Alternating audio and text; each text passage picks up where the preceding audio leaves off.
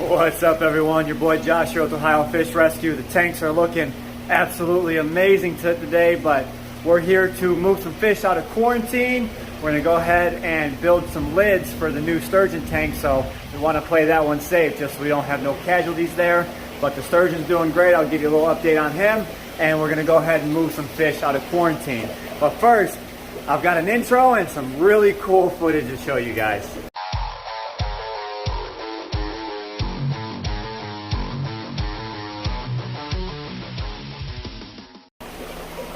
All right, so over here I have footage of this guy feeding on some worms, so go ahead and check that out right now.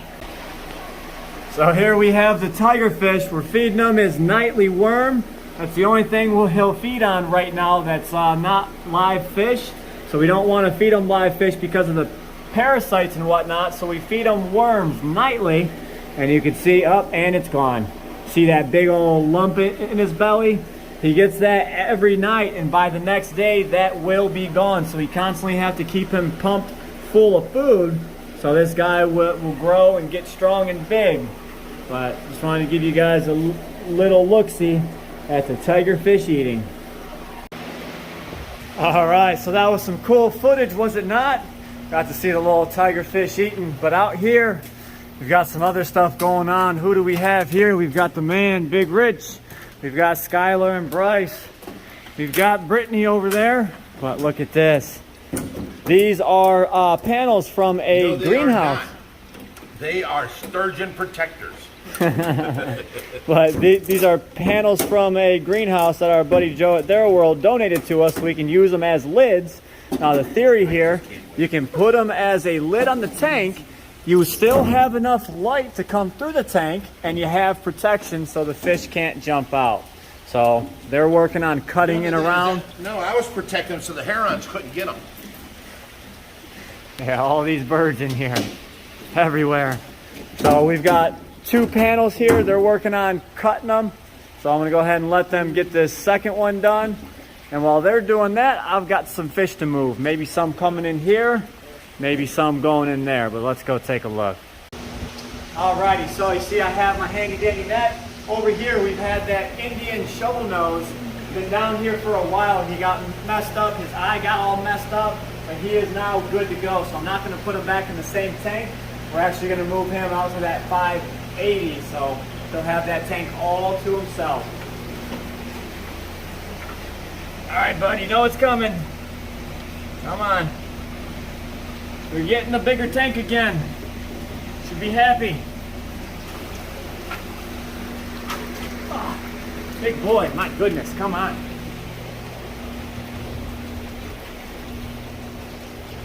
Seriously, come on, go to the club. You need no one out here. All right, talking to myself.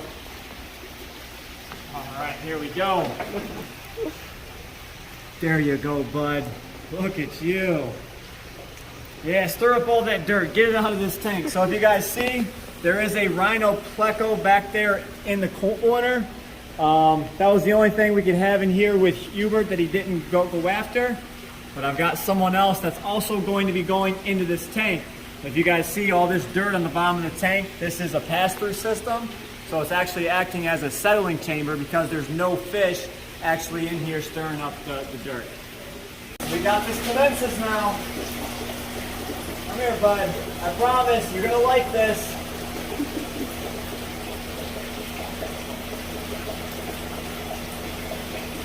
Oh, he said you gotta catch him first. Yep, got him. He is a pretty bass. I'll give him that. He's perfect size for that bass tank. Oh! All right. Okay. Oh, oops. Look here, bud. Look at your new home. Look at all your friends. Look at him. He is a beautiful bass. He didn't even lose any of his color from just being netted out. And now he is actually in 10 times better quality of water. He's actually on the system now, as opposed to being just in quarantine. That tank gets a water change a week. This thing is constantly fed with fresh water. That's why the fish are so healthy and look so nice. So let's go ahead and give them a minute to settle in and we'll give you an update on these guys. All right, so we got one more fish to move. I'm not gonna show you what he's guarding on me. Show you once we get him in the tank. This guy has been in here for quite some time as well. Come on. Oh yeah, bud. Oh, you're pretty. Oh. Some of you guys might have seen the tail and already know what it is.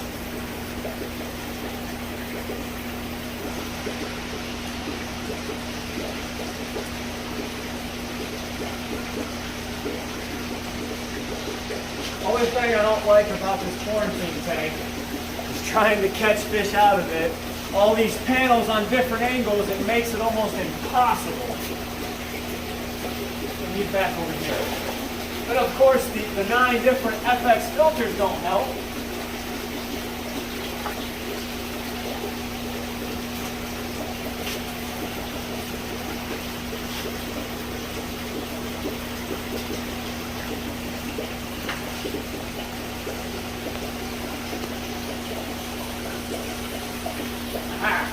Got him.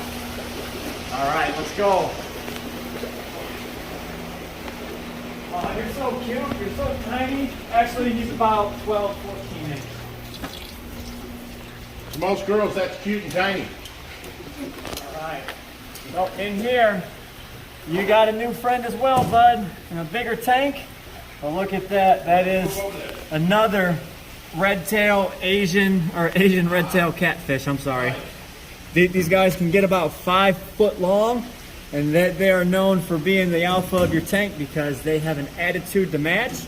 Looking over to your right, you got that Spirata Aor, and these guys are a force to reckon with that themselves. So I'm hoping these two guys' attitudes don't, collide in this tank. Look at them; they're already starting to be buddy. They just realized they became best friends. I got all this much room for activities. So I'm actually going to get in here and do a quick swipe with the net, get a bunch of this debris out, and the rest will get picked up by the filters. That's, what's that, 4 fish we just moved? Yeah, I know guys, math is hard, but we got one more, just one more. This right here is a Nile Tilapia. Come on, buddy.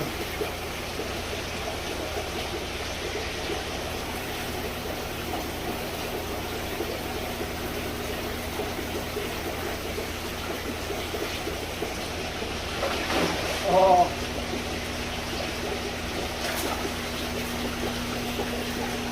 Oh, I thought you got him. It's kind of strong. Now, I'm not using the biggest net available. Look at him. So you get him out of the water, you start seeing all that purple and blues and greens. Well, let's go get him in the water.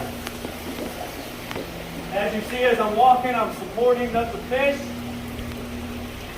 Just common practice with everything. Right in here, look at these guys. And he's gone.